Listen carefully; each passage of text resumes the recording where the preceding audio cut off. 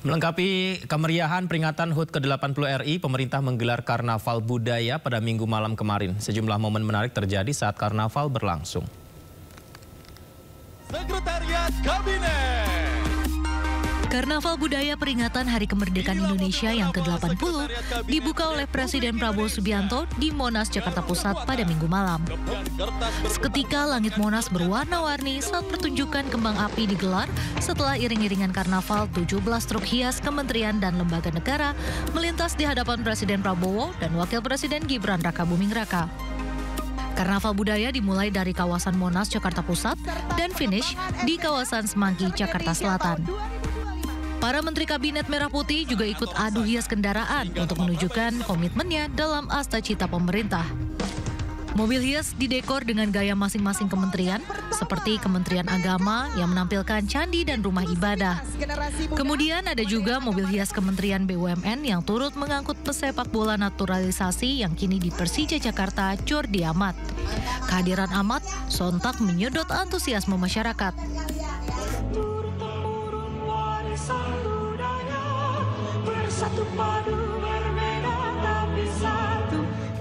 Momen menarik terjadi ketika Presiden Prabowo berkeliling menggunakan mobil maung kebanggaannya menuju panggung utama karnaval di wilayah Monas.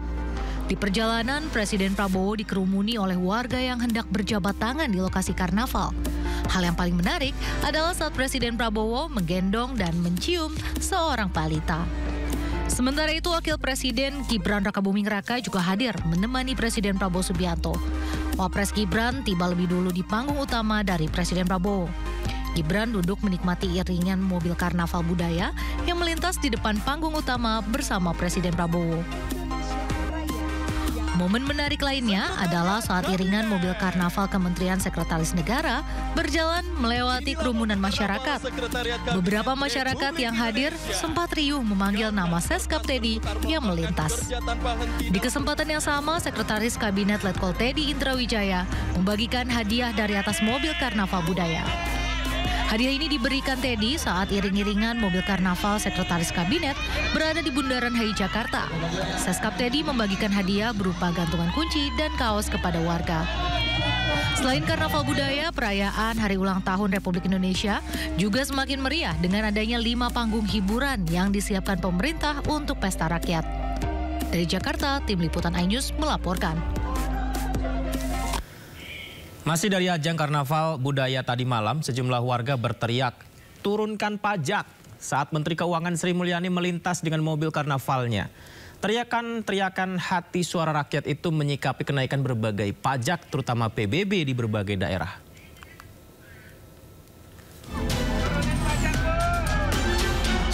Selain mobil karnaval yang unik, para pejabat negara yang ikut dalam kemeriahan Minggu malam tak luput dari perhatian warga.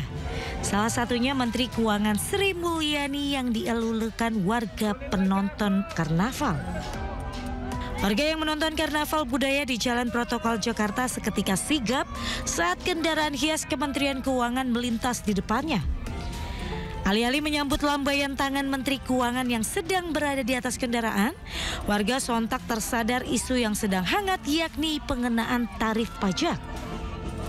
Seperti diketahui, sejumlah daerah dikenakan tarif pajak pembangunan yang cukup tinggi hingga Kabupaten Pati sempat bergejolak. Belum lagi pernyataan Menteri Keuangan Sri Mulyani yang sempat kontroversial menyamakan zakat dengan pajak. Pemirsa, kenaikan pajak bumi dan bangunan dan pajak-pajak lainnya terjadi di beberapa daerah di Indonesia hingga membuat masyarakat menjerit. Kami hadirkan informasinya usai jeda, tetaplah di Sindo Prime.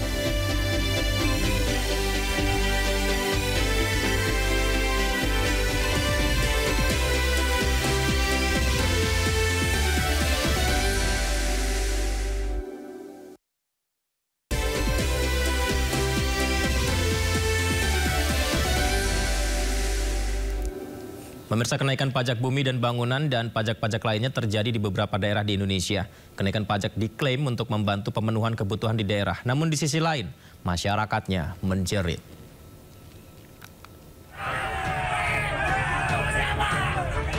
Di Pati, Jawa Tengah, kebijakan kenaikan pajak bumi dan bangunan sebesar 250% sempat diwacanakan. Namun Bupati Pati akhirnya membatalkan kenaikan pajak bumi dan bangunan perdesaan dan perkotaan atau PBB P2 setelah desakan dari masyarakat dan terjadi aksi unjuk rasa.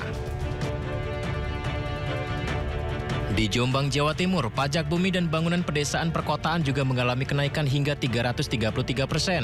PBB P2 Jombang naik dari Rp300.000 ke 1,3 juta per tahun. Bahkan, kenaikan pajak juga ada yang mengalami hingga 800%. Warga harus membayar pajak tahunan yang awalnya Rp400.000 kini melonjak jadi Rp3,5 juta. Di Kabupaten Semarang, sejumlah warga juga mengeluhkan kenaikan signifikan saat membayar PBB hingga 400%. Namun pemerintah Kabupaten Semarang membantah ada kenaikan pajak.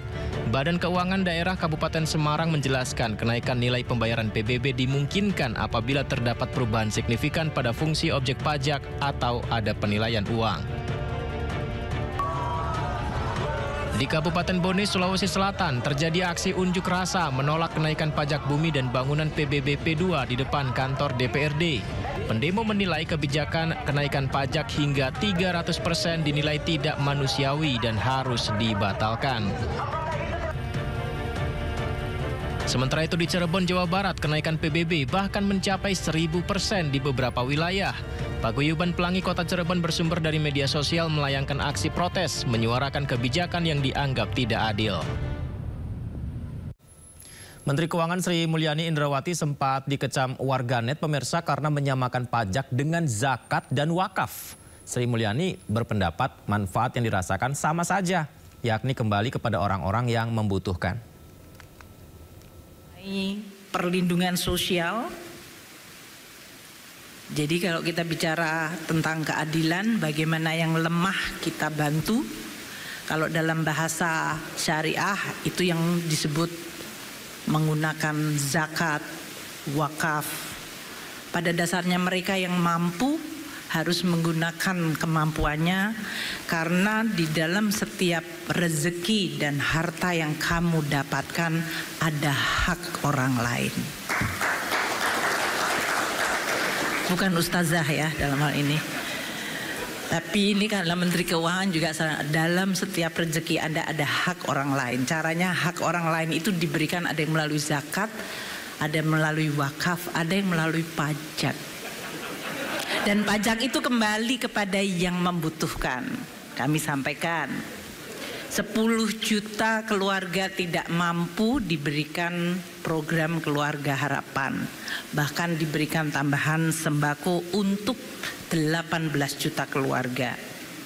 UMKM yang belum mampu kita berikan akses tadi